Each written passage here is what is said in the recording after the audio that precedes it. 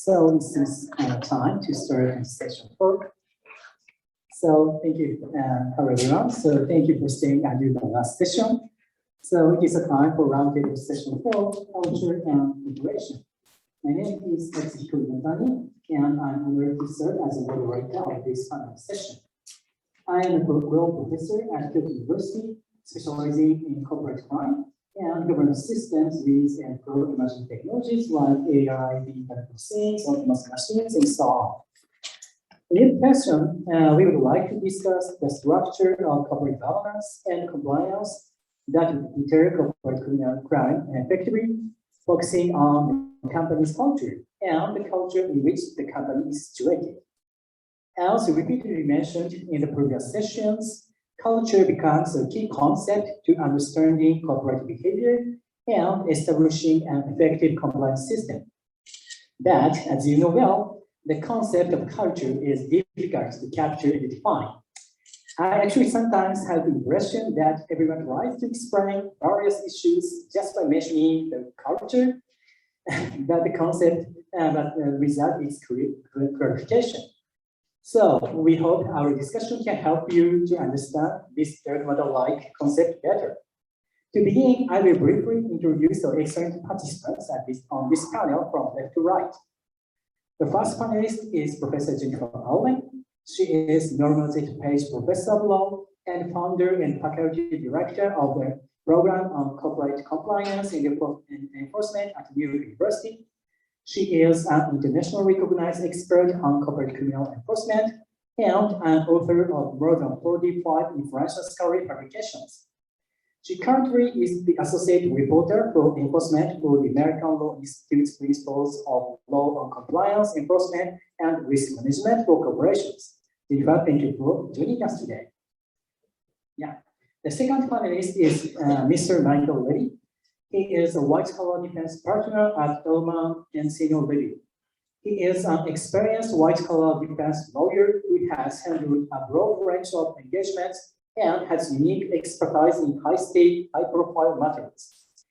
He has represented corporate and individual clients in many of the most prominent white-collar matters of the past 2 decades, including his representation of central players in the complex and overlapping investigations of Enron and the financial and accounting scandals of Fannie Mae and so on. Michael, thank you for your participation today. The third panelist is Professor Kento Asai. He is an associate professor at the College of Business and Economics of the Australian National University. His main research interests lie in corporate studies, banking, behavioral sciences, and political economy. He has been working with various researchers, institutions, and data sets across the globe. He published internationally in scholarly journals, including PNAS, ILOV, and policy reports in the area of economics and finance. And also, thank you for your participation. Thank you. The first panelist is Mr. Douglas Axel.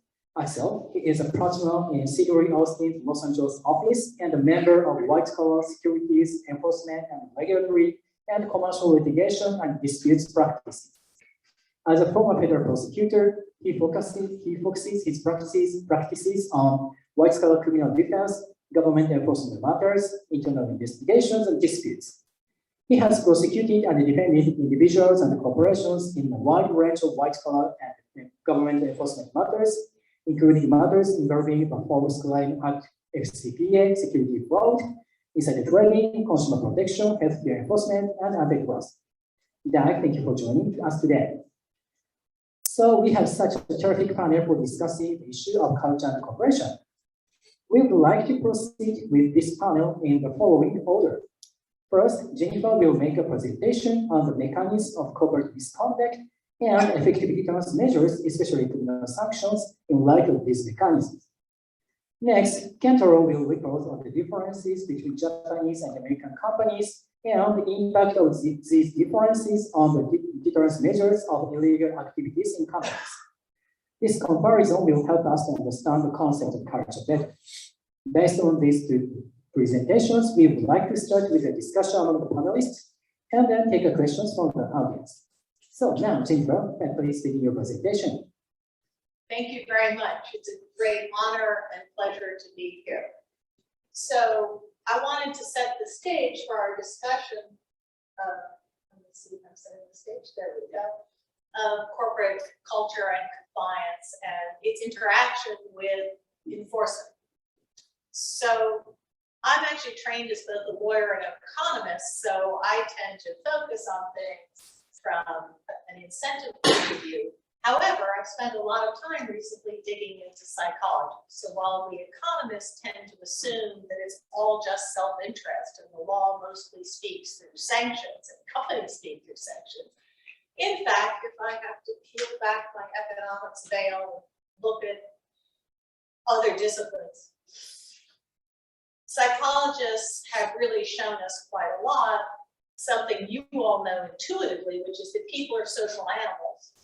They care deeply about their place in society. Actually, Japanese would know this particularly, but it's true in the US. We care about being ethical. We care about being perceived to be ethical. This means that the law has an additional lever to pull, and so do companies, which is they can use norms and try to deter by expressing that the following conduct is illegal or unethical. And if you do it, we'll think you're a terrible person if we catch you. But more important, you should go home and look in the mirror and feel horrible. You should feel guilt and possible shame at the thought of getting caught. And the law can deter. And when I first founded PCCE, my program, that was in the heyday of tone from the top. And companies were trying to leverage this with CEOs and other senior executives expressing their strong ethical commitments. And this would sort of reverberate down through the firm, causing all employees to feel horrible if they were to cross the line and therefore not do it. And then we had compliance programs coming in that were an awful lot about rules and procedures. But then there was also ethical statements and things like that. Now, we've come a long way since then, and psychologists have done a lot to teach us about exactly when can we rely on people's ethics to drive their conduct. And what we've learned is that tone from the top and other meta statements that aren't, one, backed up with sanctions and are counteracted by incentives don't work. And one really needs to understand more deeply the psychology of when these norms are operationalized and what companies do to make their employees more ethical or less. And most of what companies do to impact their employees' law-abidingness lives outside of the compliance program. So I have a whole program on corporate compliance and enforcement, but it's not the compliance program, it's the compliance function. And the ALI principles on compliance distinguish between the program, the policies and procedures and all of that, and then compliance function, which is all the things about the organization that drive people ethically or not. As I mentioned, most of it's outside the compliance. So to see why much of it's outside the compliance program, it's useful to ask what are the roots of misconduct.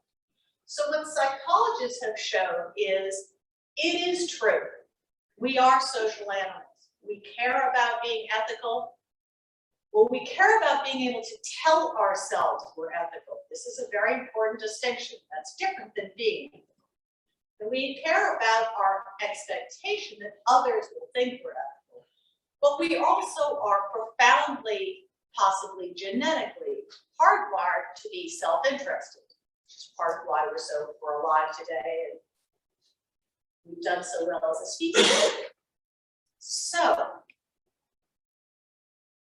the question is, how do those interact? Well, psychologists have also shown that people use two different decision-making programs to make decisions. They use the program, the process that we economists love, deliberative decision-making. We weigh costs and benefits and all of that. What psychologists have shown is most decisions are not actually made with that process. It's made intuitively, non-consciously, actually outside our radar. And what often happens, particularly in companies when you're making quick decisions, is that people make decisions intuitively, back their gut instinct, and then when they go to deliberate over it, it's not a blank slate. They're actually deliberating to reach the decision they've already made. They made an intuitive decision, and as they're taking in the information, they're tilting it. They're looking for justifications for what they want to do, and they're suppressing this other stuff that's against what they want to do. Now, here's why this matters so much for those of us who want to deter. Self-interest appears to be people's dominant motivation. And so what I know this is sort of out of favor now, but think if your reptilian brain, your intuitive brain is going, is self-interest. So I see two choices. I know what I should be doing, but I go straight to the thing that benefits me, intuitively, without even knowing I picked it. Then when I go out to assess things, people engage in motivated reasoning. And I am motivated to find all the arguments in favor of what I want to do, which is the self-interested choice, and to try and mute or blank out the things that would make me not do it. For example, the idea that I might feel guilt or shame. I want to tell myself stories that allow me to do this without feeling guilt or shame. If I can't avoid it, if there's just no way around it, I will have to recognize I'm a horrible criminal. Then ethics may speak to me. But if I can massage the information to allow me to do this and perhaps even feel good about it and not even notice these other ethical concerns, I will do that. Even if objectively, if I saw one of you doing it, I would go, well, how did they miss that? Right? How did they not know they were violating the law? And actually, Eugene back there wrote this, book on why did they do it, and there were concerns where they're like crossing the line in a way that everyone reading the book is going, how'd you miss that? But the person doing it was not having angst at the moment they did it. So, motivated reasoning allows this self-interest to enable people to cross the line. Now, why do we care about this? Well, I care because I'm a geeky academic and I just love this stuff, but why should you care about this? Well, it turns out that psychologists have told us a lot about what pushes you one way or the other. What is going to make self-interest more salient and or ethics less? So, one of the big things is, how big is the benefit to me? The higher the personal benefit from crossing the line, the more motivated I am to find arguments in favor of it and to blank this out. Whereas if I'm not really getting much, then it's a lot easier to be ethical. The other thing that's going to matter is, how salient is the norm at the moment I act? And I'll discuss in a minute why this matters. The nature of the harm. Am I talking about a harm where I'm going to harm someone I know or see, someone socially close to me? Or are we talking about harms to statistical people in other jurisdictions, in other states, possibly in the future? Different salience. Now, just because I don't have tons of time, all those other factors I just listed, right? Now, it turns out that companies control all of it. Companies are the ones who teach employees about the law, but companies also are the ones who teach them, is this law really a valid social norm? Is this expressing a shared ethic we should all have, and you should feel horrible if you violate the law? Or is the company doing what, frankly, a lot of companies in the US seem to do, which is, you know, that environmental stuff? That's just a bunch of like socialists who don't understand about business. And, you know, it's just put in by a bunch of people who don't know how to do things right. And it's a lot of technical stuff. And we shouldn't violate it, but it's not genuine. You shouldn't feel like a horrible person. They were horrible for making you do it. And you saw this in the early days of the FCPA too. The FCPA was put in, but the rhetoric around it was not that it was horribly unethical. The rhetoric was people just didn't understand how people did business in all sorts of places. Companies control the benefit employees get from crime. The US has strongly embraced what we economists call high-powered incentives.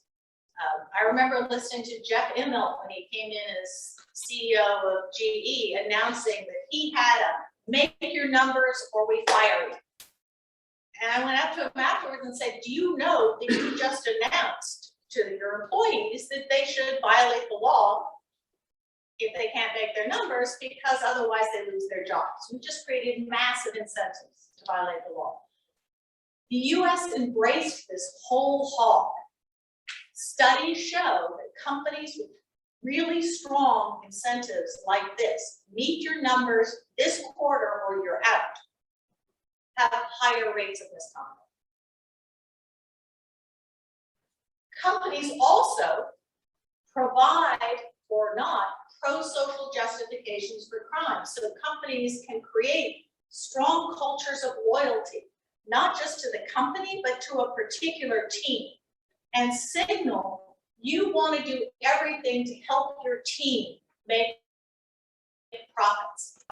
This is how you serve the team. Now notice something. This is a motivated reasoner's nirvana. I want to commit the crime. I want to get the sale through the corrupt payment.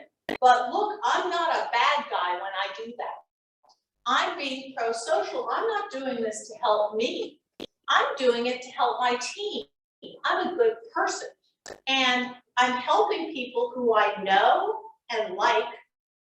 And there's some harm that's indescribable. I don't even understand what it is to people I've never met. This has just provided me a basis for doing it. Then there's time pressure and all of that kind of stuff. The final thing I want to point out is that these sort of things, guilt and shame, work if when I set this in motion, the crime, norms work if when I set in motion the crime, I feel guilt or shame. Well, we've done some studies. Other people have done studies on altruism. I've done studies on regret. If you enable people to share responsibility with other people, it turns out they don't experience these negative emotions. And you see this in stories of employees, even within GM, I mean, with the car industry. It wasn't really my fault to secretly know where this train was headed, but there was someone else who was ultimately supposed to make the decision, or someone else who was at the end of the day. Did I follow up and make sure? No.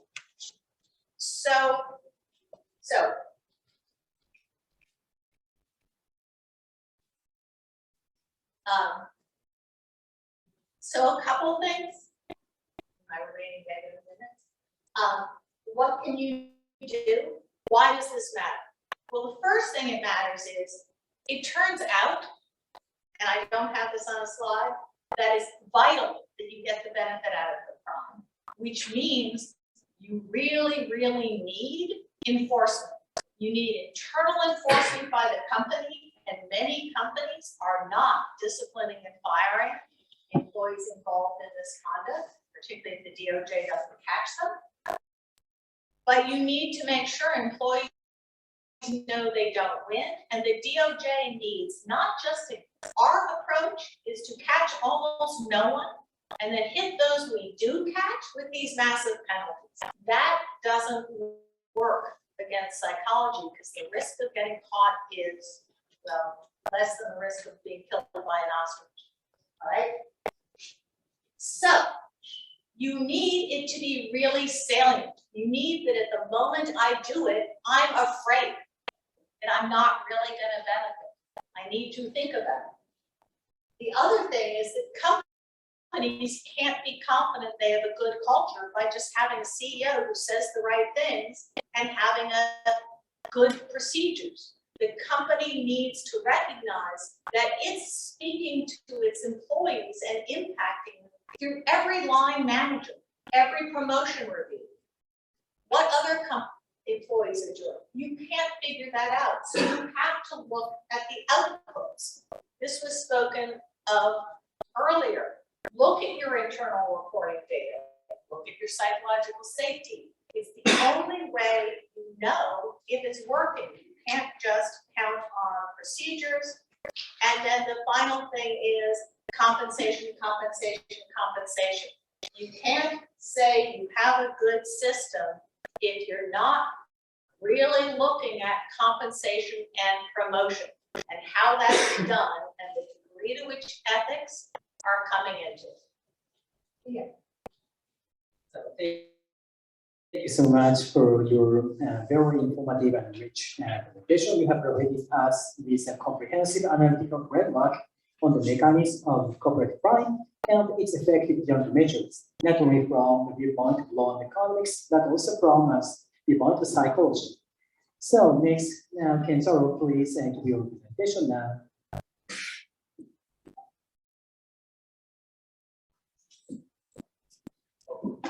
Yeah. Thank you very much for giving me an opportunity to talk about the heterogeneity for corporate governance between firms. And I would like to talk about a little bit before presentation become ready.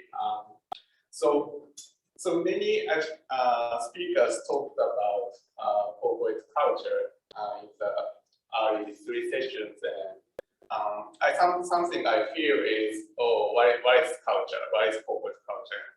How can we measure it? And in order to make it a little bit more concrete, one way of categorizing firms is to look at each firm's corporate governance system. And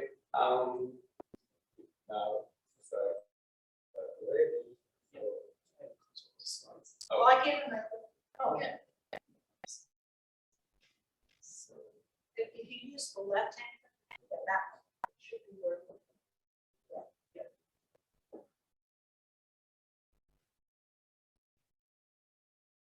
Yeah, well, maybe I will. maybe I will. Okay, I'll take it. Okay, that's it.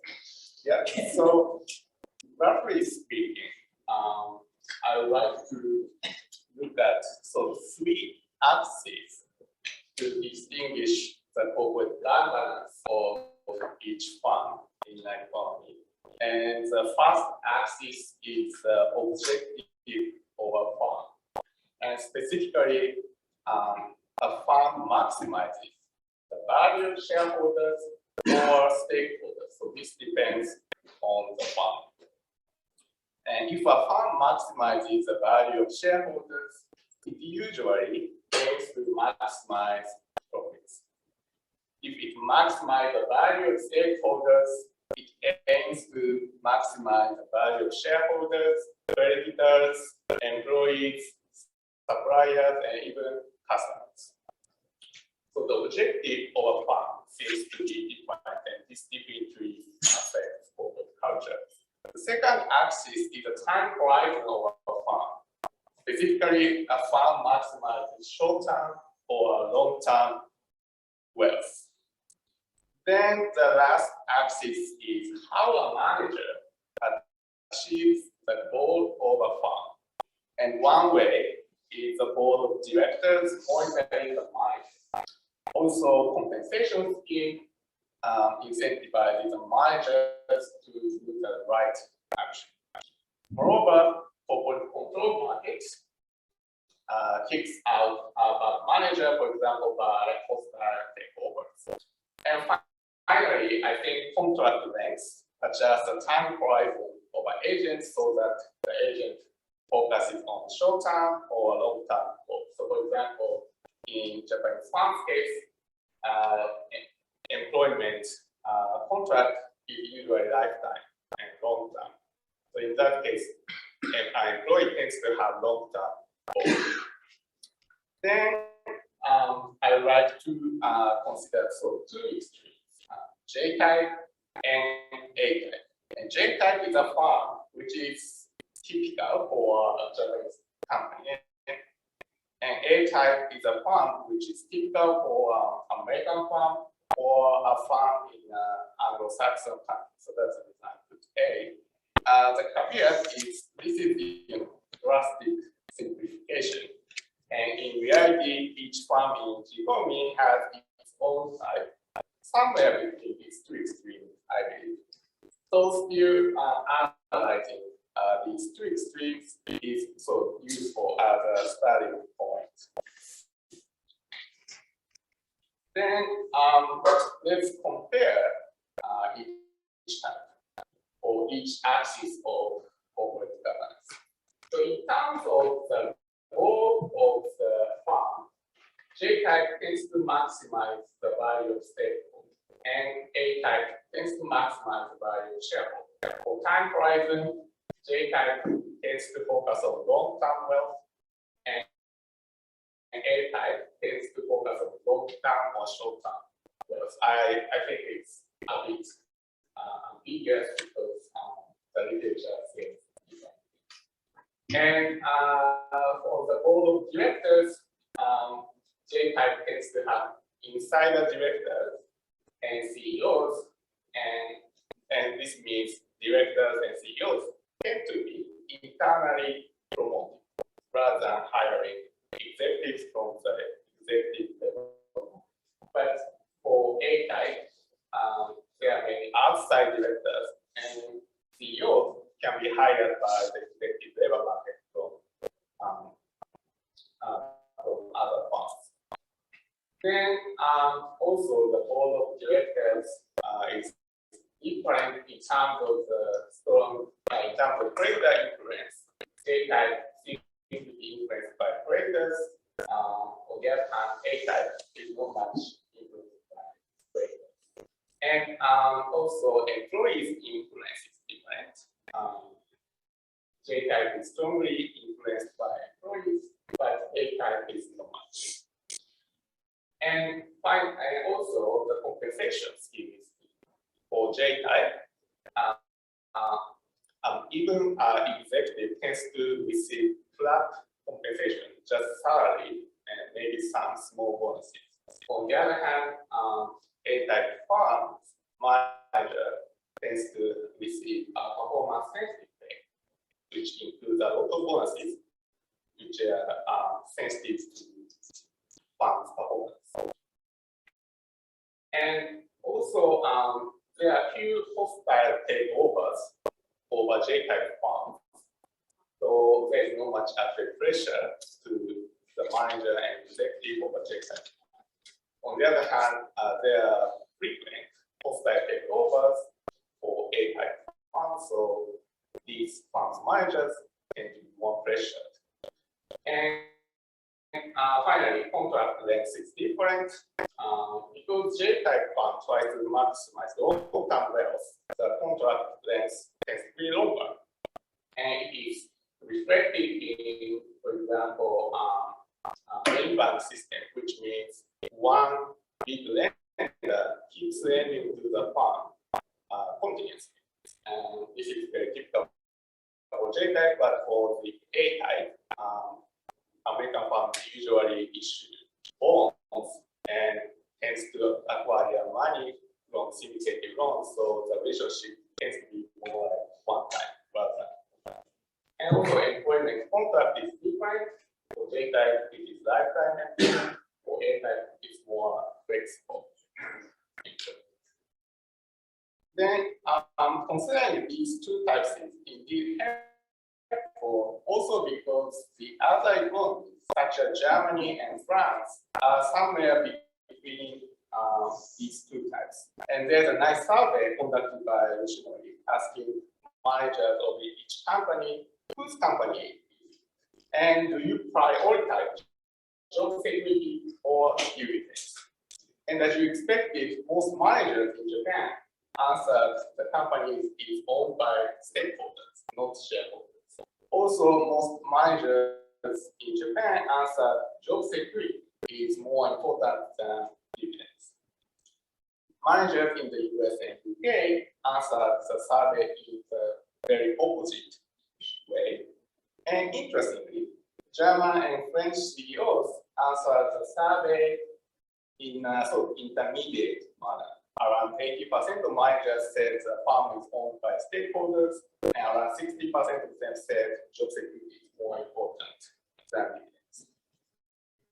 And also, I tracked the historical trends of the income shares of top 1% in Japan and the US. And this share measures the importance of shareholders who tend to be top earners in the economy. Then, before the World War II, the shares of the two economies were close, and after the World War II, the shares dropped sharply. After the 1970s, the two shares started to diverge. So this means that before the World War II, shareholders were so equally important in both economies as in A-type funds, and they were not so important as in J-type funds after the war until 1970s. After the 1970s, A-type funds were growing in the US, and after the 2000s, the switching from J-type to A-type also started to occur in Japan.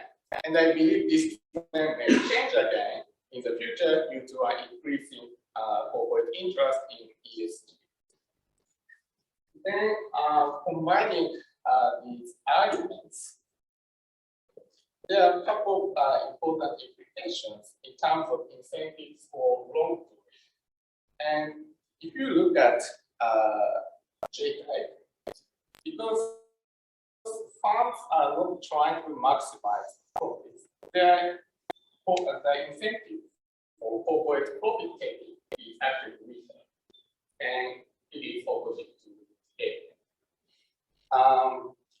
If you look at personal benefit from conducting this product, because Japanese employees tend to receive flat compensation, so the incentives should be weaker. And on the other hand, the personal incentive for being wrong seems to be stronger considering the compensation. Then, considering this feature, there's a mystery. So why J-type employees committed wrong in the first place? And they committed wrong. Corporate incentives of profit taking are weak, and self-interest seems limited because of the flat compensation. And one hint is a suggestion by Professor Allen's presentation. So, team-oriented internal norms provide employees with other regarding and ethical justification for misconduct. And in particular, due to the close nature of J-type fund, characterized by its long-term contract, excessive team orientation is more likely to occur. So I think that's one big difference between J-type and A-type. And in that case, team members may commit a wrong in order to increase the breadth of the team rather than own benefits. Alternatively, the membership of the members of a team which continuously commits a wrong may not stop it so that they can sustain their membership within the team. Then I'd like to ask 3 questions for further discussion. First, are J-type funds employees more likely to commit a wrong in order to benefit others rather than themselves or sustain their membership in the team? Second, because J-type funds have weaker profit-taking incentives and they are already pro-social to some extent, should their corporate premium liability be limited? Or because individuals do not commit a wrong for themselves, should their corporate premium liability be last, because corporate incentives of J-type funds are less clear, I wonder whether they are more influenced by corporate culture, which cannot be measured by corporate culture. And I like to how we should measure corporate culture. So thank you very much for your fascinating report. You have greatly pointed out the potential need for deterrence measures that consider the governance structure of the companies and the characteristics of the people who work in them. And you also said good starting points for our discussion. So I'd like to begin our discussion part based on the issues raised by Ken Taro at the end of his report. So basically this risk. So first, I'd like to ask Michael from the perspective of experienced defense lawyer, his opinion on the point that the way of corporate sanctions should be changed in light of the differences between Japan and the United States. Michael, what do you think about this issue? So based on your experience, Japanese companies should be differently treated from the American one? Yeah, I think it's very interesting having represented both Japanese companies and American companies, which I'll refer to as J-type and A-type companies. I think you have to do a risk assessment, to take a phrase from another panel, and really ask yourself, not necessarily, I mean, every company can counter any kind of crime, but it's more likely that in an A-type firm, you're going to have someone who chases a personal outsized benefit in order to get that benefit committing a crime. In a J-type firm, you're much more likely to see employees following a long-standing pattern of behavior that's sort of been inculcated into the corporate culture that may be inconsistent with the written policies, not exactly the way it's supposed to go, but the way it's sort of always been done. And any one individual is going to be much more reluctant to step out of that and say, wait a second, this isn't the way it should happen. And they go along with it. So if you're looking to try to figure out how can you be most effective in deterring those kinds of scenarios, it seems clear to me that the sort of American version of increased individual deterrence and increased individualized incentives to, for example, whistleblow, are likely to be much less effective with a J-type firm than they would be with an A-type firm. It's not to say that you shouldn't have them, but the fact of the matter is, the idea of someone who works for a J-type firm, which is going to back that individual, and they know they're going to back that individual forever. Lifetime employment. I can't tell you how many employees of Japanese companies have served jail time in the United States for antitrust violations because the company has said, this is what we want you to do. It's in the company's best interest, and when you come back, your job will be waiting for you.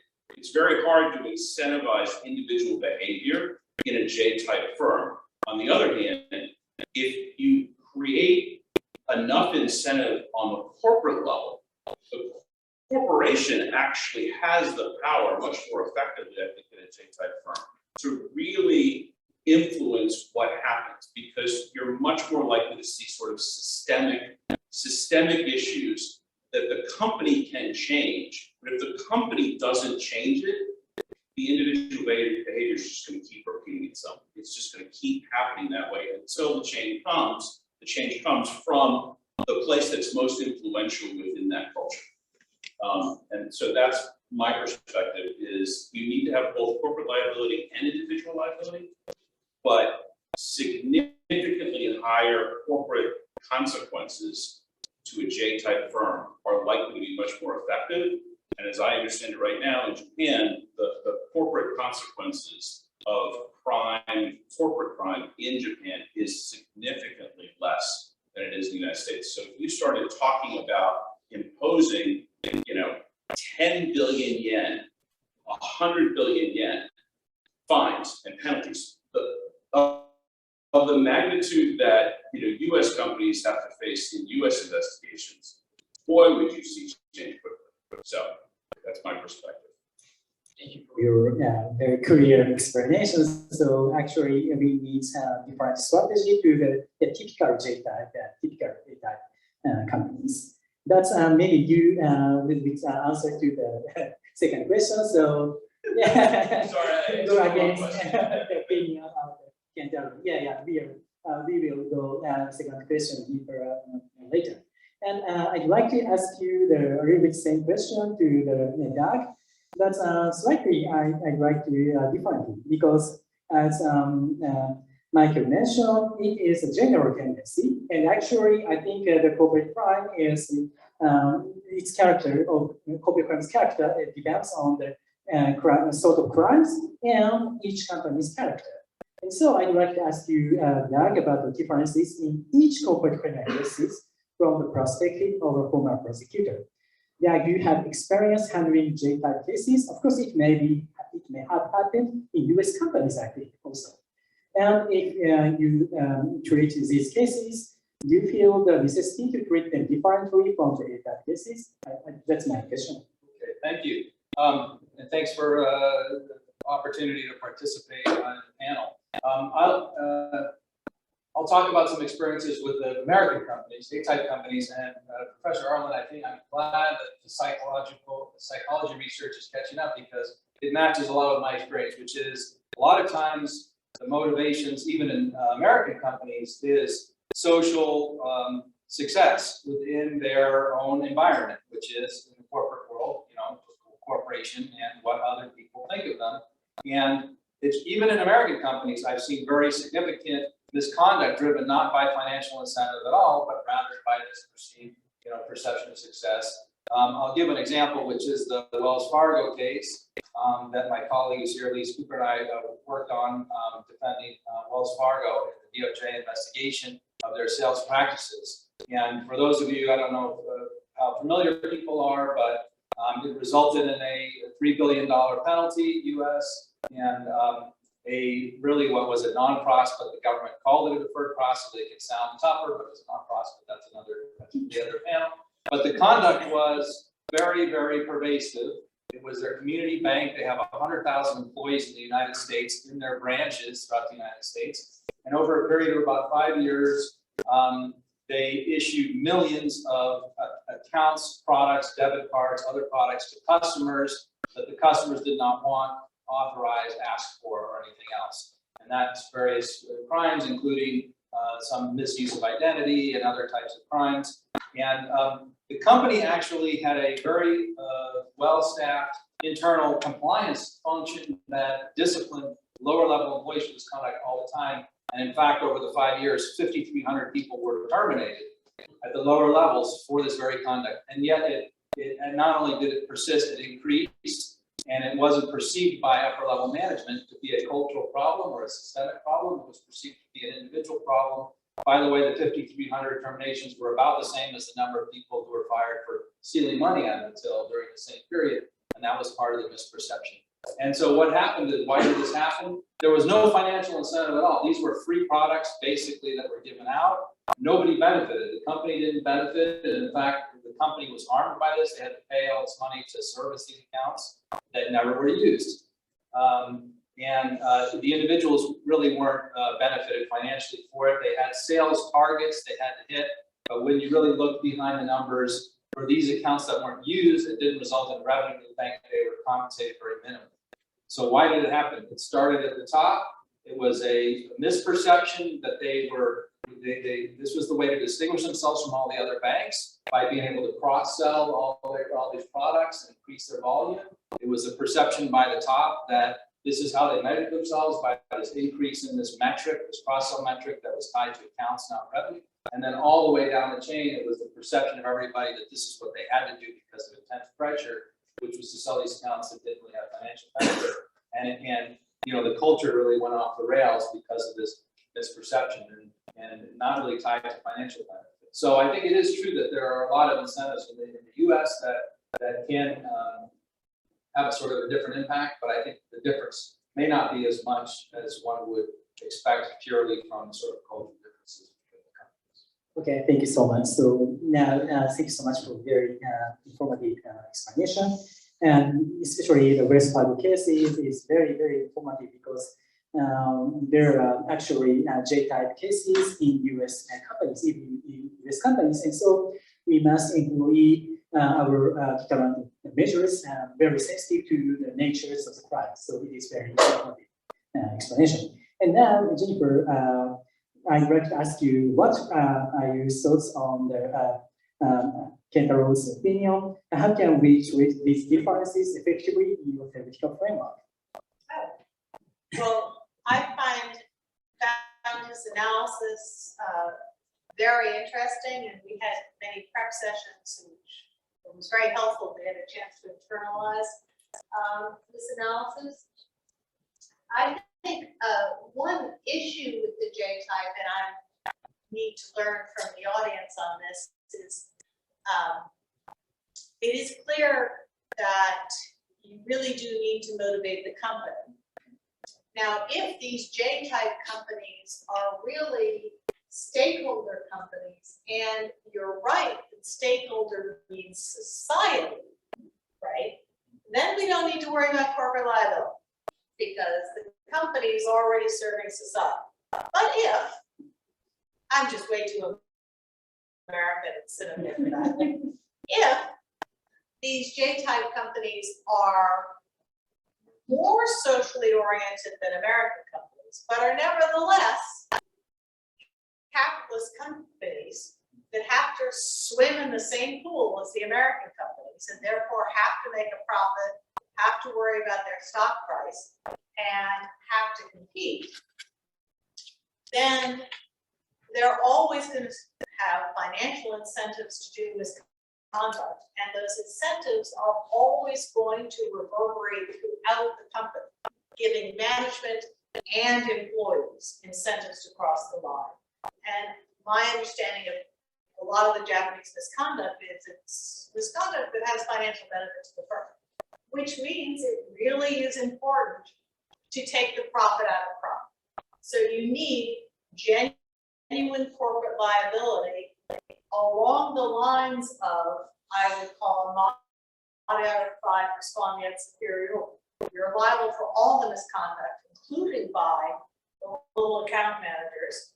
But I always favor declinations and DPAs and NPAs if you self-report, fully cooperate, and disgorge all the profit.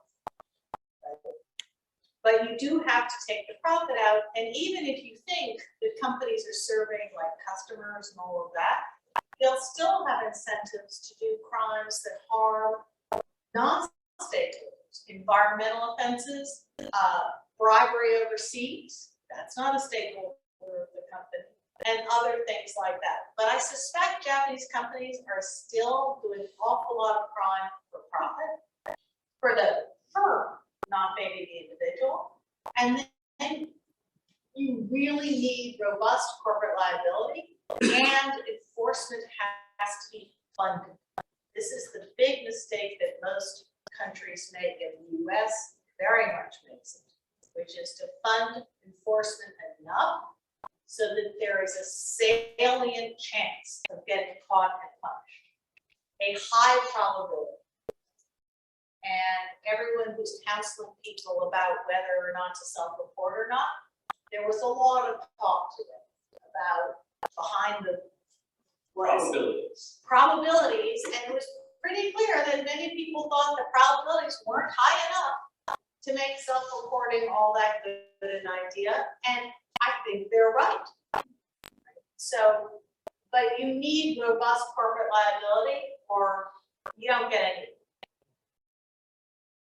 It's mine. Yeah. And I do agree with you because, actually, I know on your side, actually. So I argue for the adoption of the robust corporate sanction system in Japan because, as you correctly mentioned, sometimes social for the Japanese company is deviates from the actually whole social. Yeah, the stakeholder is not same as stakeholders in all society. And so to fill in the gap, I need robust corporate sanction systems sometimes. So, do you have any comments or responses to these observations of other panelists? Especially, you may want to discuss the 2 points. Yeah. Thank you very much for the feedback, and one thing I didn't mention is the weight of each stakeholder. So what I just mentioned is the value of the sum of its stakeholders' value to maximize the jail fund. But in reality, the weight is very distorted in my understanding. So the distorted goals of the fund may not be the general consensus of the social welfare. That's one thing, and I totally agree with that point.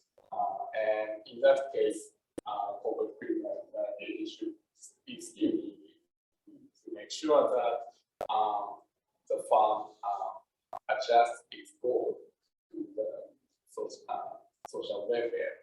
In particularly, one interesting finding in Japan is kind of interesting, but the shareholders tend to be shareholders value tend to be undermined relative to, for example, creditors or employees value. Because if you look at the board structure of the fund, then some of the board members are coming from main lenders, and also these board members tend to be internally promoted. So this they may experience belonging to labor union at some point. So in that case, there is a strong influence of creditors and employees, and they may reduce value sharing. And that's actually what we see even in terms of. I think it's interesting. What keeps ringing in my ears is the expression from many years ago: "What's good for General Motors is good for America." It's the mentality that somehow or another, what's good for us is in fact good for all of society, and I think that's really a big distortion. So what's good for Toyota may not be good. What's good for Japan, but it's a very common mode of thinking, and I think probably more common in a J-type firm. So just curiosity, but is it the same? So if the, for example, ESG investment is become more popular, and yeah, maybe most or more companies tend to be for social. Even in that case, we need severe corporate sanction systems. Who's the question? Doug? Yes. Yeah, I mean, look, again, it's another metric that they measure. That doesn't mean that it's not equates with compliance or behavior or even ethical behavior. So yeah, I do.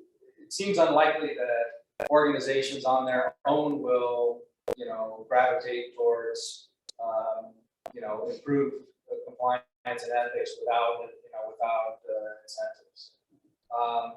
And actually, I mean, another experience is that a lot of times the companies that get themselves into trouble, in part, they have their own, this organization has their own self-perception of excellence. I'll just use Wells Fargo again. They perceive themselves as excellent in client services. They were the best community bank, okay? And then they have this problem because of it. Or other companies that have gotten into trouble in other areas, FCPA, for example, we perceive ourselves as ethical because management came up within a certain culture and they assume that elsewhere in there. So they're excellent. So all the policies, procedures, controls, and that they don't really need it because they know that they're excellent in this area. So that's a common recurring kind of pattern too. And I think sort of ESG or that wouldn't necessarily help or avoid those kinds of problems. I just wanted to pick up on something that Doug was saying, and actually pick up on something you said to me out there, which was, I think, useful here. And so here I am harping on corporate criminal liability because I want to incentivize companies to get a culture of ethics. But then that raises the big gorilla in the room, which is, well, what would companies do? And many compliance officers these days are now lawyers. Lawyers can't help but love policies and procedures and things like that, right? But, a lot of psychology is showing that, well, actually culture and ethics is incredibly local. It's what your direct manager is talking to you about in your performance review, what the other people are doing. And one of the things that you talked about Wells Fargo and was really salient with Wells Fargo is, I think Wells Fargo sort of looked at its compliance program and policies and procedures and thought they were fine. And they didn't look down in the weeds and culture at companies. And you were talking about this, so I'm just sharing it with them. It's local, right? There isn't a culture of Wells Fargo, and there isn't a culture of Toyota, and there isn't a culture of any of these firms. It's the culture of this unit and then to bring up like one of the earliest panels and what Eugene was talking about, and I think it was Lauren, about things like sexual harassment. Culture is really local, based on things like I'm sitting in a room and I'm looking around and I'm hearing all this stuff about culture, but there's someone in the room who I know is harassing a lot of people, and they're a high performer. And everyone's going, well, it's not substantiated. Or I know they're cheating on their expense accounts. Or I know they're stealing other people's work. None of it's, well, sexual harassment's unlawful, but a lot of this other stuff is unlawful. But if the company's treating ethical violations as unactionable unless they're illegal, you create a local culture that has no relationship to the company's ethical statement. And you had talked about Wells Fargo and how local it is. I really think that's something companies need to do a risk assessment, not meta, but you know, where are the red flags within the firm? Yeah, I mean, it's culture, it's the thing, and it's not an easy thing, and that's why companies struggle with it. Yeah, so the discussion seems to move on to the sub point. So how to measure? Because to measure the culture, we have to understand or capture or define what culture is actually. And the self-perception is one key point to understand the culture. And as Jennifer mentioned, the culture is very local. And so the for example, the powerful teams in the company, the attitude or mindset or some other things may influence the whole system or whole behavior of the corporation. That is very interesting point. And so I'd like to know more about these examples. So for example, like the jargons or some other cases. So Michael, I would like to ask you from your viewpoint, what is the cultures, representations, or signs which influences corporate behavior? What does culture mean in your practice? Yeah, so I completely agree with Professor Arlen. Culture is not what the CEO says. It's not what is written down in policies and procedures in the ethics manual. I have a copy of the Enron ethics manual sitting in my office. It's very comprehensive, very well done. It is what employees experience every day. It's what happens to them every day, all the messaging that they get locally and more broadly. And so one question I've always asked is, okay, how many times a year do you reward and compliment and communicate more broadly people's success in a business, sales success, landing a contract? You're constantly inundating employees with information about how great this person did and how well this person did. And there's a trip to Puerto Rico for the lead salespeople. Do you do that with people who come forward with wrongdoing? Because if you really want to be an ethical company, that should be important enough to you to do that. Okay? And I just think people don't think about it in the same way. But employees get messages every day about economic performance and doing their job and bringing in money and all of this stuff. And, one speech by the CEO is not going to be able to compete against that. So to me, that's what culture is. Culture is what matters. And that gets communicated every day. Thank you so much. So, Jack, please, could you add something to the observation? Yeah, I think that's very well said. I agree with that. And it's a management issue, and it's a management issue from top to bottom, and it's a messaging issue. And and it faced, it's up against the competing, short term versus long term. I think everybody would agree, in corporate America too, that long term, an ethical, compliant culture is most profitable for the company. But to hold that messaging top to bottom, and sometimes conflicts with the short term, interests of the company and the individuals, and that's kind of where the rubber meets the road for companies, I think, a lot of times. Thank you. So now I think we are tackling to the most difficult questions. So Jennifer given these observations about the culture. So how can we measure it, or how can we identify the good one and bad one from the salary viewpoints? Or yeah. Well, I think, it's very hard to do. I think that one needs to go back to what I said earlier. You need to start looking at output indicia of good or bad culture. And that could be everything from detecting misconduct, which only works if you have a good internal hotline. So you think you're doing great, and what you actually have is terrified employees who don't speak. So you have to audit your hotline, make sure it's good, and then use that. A psychological safety, employee turnover, which doesn't work so well in Japan, but we work other places. Customer complaints. Because, and actually, things like unsubstantiated sexual harassment allegations, right? Substantiated and you take all that data and use it to get a sense.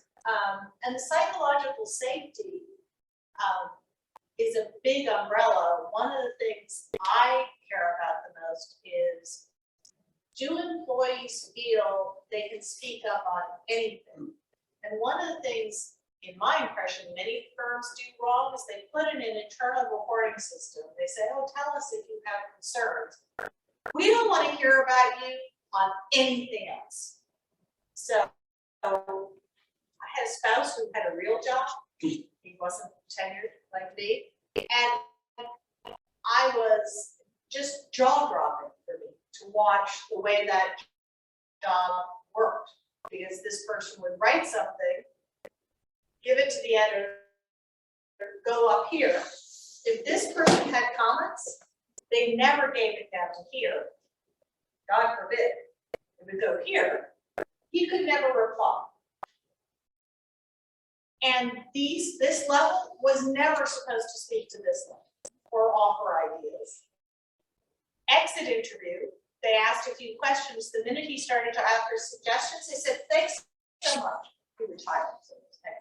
And I watched a culture where it was clear the firm did not want to hear in any way from the troops on the ground about how to do anything better. If you have that culture, you tell people they don't matter. And you're going to be less productive, because the best ideas are often your young people on the ground. And then they don't self-report respond. So I think it makes you unsafe, but also less productive. And I think that's part of a sign of a good culture. Do people feel they can speak? And that's just So may I add just one point to the psychological safety? So for my viewpoint, the good culture allows diversity of cognitive assets, which cover the whole sphere of the problem. I mean, so to be innovative or to find programs more effectively, we have to employ the diverse cognitive assets, because each person's cognitive ability is very limited. And so we use the vehicle like company to collect the diverse cognitive assets to tackle the programs or make innovation. And so I think the cognitive diversity is a very crucial point, which is deeply related to the psychological safety, because psychological safety allows people to speak out, not to make their cognitive assets diverse in their company. And so I think the culture is something like affecting the people's cognitive framework. that is culture, and that is born through everyday practice, as Michael mentioned. So that is our point. So I'd like to ask the Kentaro's response, or comments to the observations. Yeah, so from a legal researcher's point of view, corporate culture is some very valued things, which is similar to dark matter oxidation. So we tend to first, so for example, suppose I regress funds investment and I try to explain this by board structure and so on, then there are a lot of unexplained parts or regarding corporate outcomes. And I think that's probably what is called corporate culture. And in terms of measuring it, it's very difficult. And there is some attempt still in particularly the area of finance, and probably there may be more papers in the area of management. But one attempt was trying to look at the last name of the CEO. And if that last name is associated with particular country or region, then that may say something. But so I'm not saying this is the best way. We still try to do this type of thing. And so based on the conversation so far, what I found is we probably need what we call proprietary data set, which tracks for email communication within the company. And so then we are able to know who contacts who and who is the influencer in the one, and whether there is an email saying there's something wrong here. Then we are likely to measure corporate culture in a more meaningful way. And I also think asking survey questions to employees is also helpful, and maybe that knows about it more than me. Survey questions. So that's my feedback. Yeah, thank you so much. So now I'd like to take questions from the audience. Does anyone have questions or comments? Questions? Last panel, no questions. Oh, please.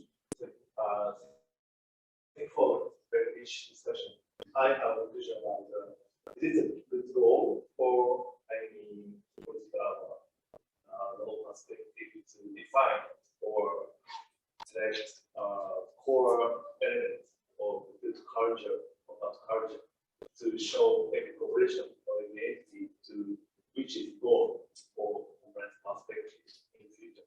That's my question. Who will answer?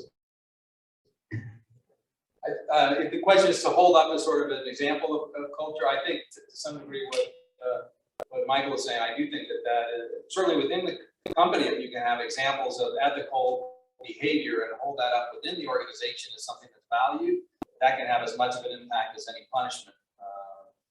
And then, I do think, then we heard this morning from DOJ trying to sort of hold up examples of appropriate responses in their view as good examples for benefit.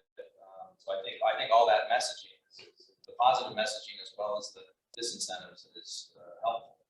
The internal messaging in companies can be complicated because we had a lot of talk of internal reporting earlier and communicating to the whistleblower, but companies also need to communicate much more widely. And now you don't want to, if you're not self-reporting, rat yourself out. But it is important that employees be told stories, and you don't have to tell them when. Employees that engaged in X, Y, or Z, people who reported and what happened to them now, assuming you have a good story of what happened to them, and people who did misconduct and what happened to them. And keep these stories coming so that employees get the message you care, and that reporting and stopping it doesn't always have to be reporting. It could just be stopping gets you this way, and doing the bad thing gets you this way, but a steady drumbeat of we care about this. Right, and it's consistent with what you just said about feeling comfortable talking about lots of different things. Not every misconduct in a company is a crime. And so if you That's very important. yeah, and so there are lots of opportunities to do that. It's just stunning to me how rarely that actually happens. I think finally we can share the same goal, which is maybe the company's behaviors more ethical or make becoming more good citizens in a sense. Its activities actually contribute to the social welfare. That, as we previously mentioned, I think there are how to say ignorable differences among the companies. Especially, I think, based on the psychological experiment, for example, Japanese people are more sensitive to their peers because we have more, how to say, relational view of human beings, and we have more holistic view about the whole world. And so, if the messaging is important, then the way to messaging is maybe different. And it depends on the character of the companies. And so we may share the same goals, but their best practice is still diverse and depends on each company's characters. And so I'm not sure that your job remains forever. Thank you. So does anyone have any comments or questions? It's okay.